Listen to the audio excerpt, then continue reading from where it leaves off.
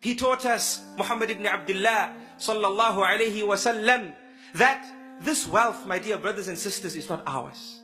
It belongs to Allah subhanahu wa ta'ala.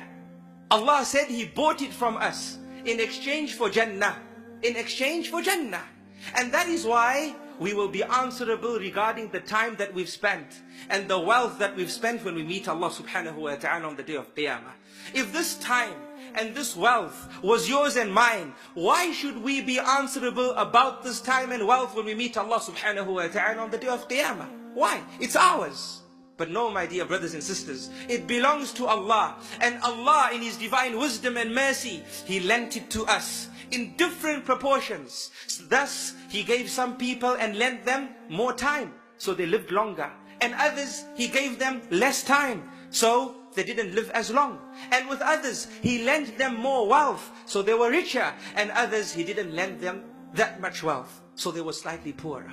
Allah distributed His wealth and these blessings amongst us as an amanah. Now, I ask you, my dear brothers and sisters, whenever in this world we spend and we do not see an immediate return before the grave, we consider it what? A sacrifice. Right? That's what we do. If somebody does charitable work, we say, thank you very much for your sacrifice. That's what we say. Right? He gave his time, he wasn't paid for his time. That's a sacrifice. He gave his wealth and he didn't get anything in return before the grave. That is a sacrifice. But by Allah, I ask you, can you sacrifice something you don't own? Can you? If I gave you 10,000 ringgits and I said, so and so, I will call you next week and tell you where to transfer this money to. When I do so, and you carry out the transfer, can I or can you tell the person who you transferred the money to, I've sent you some money, I've sacrificed it?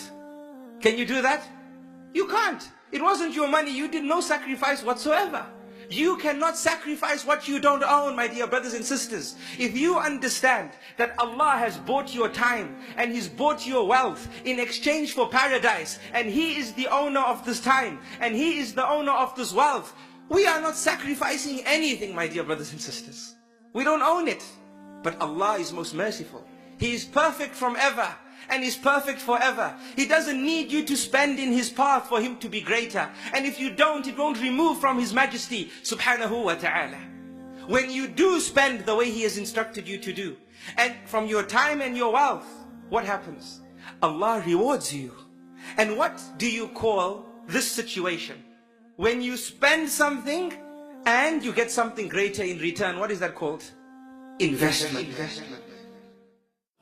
Donate now. Go to www.thedailyreminder.org/donate and stay updated by joining our network's social links.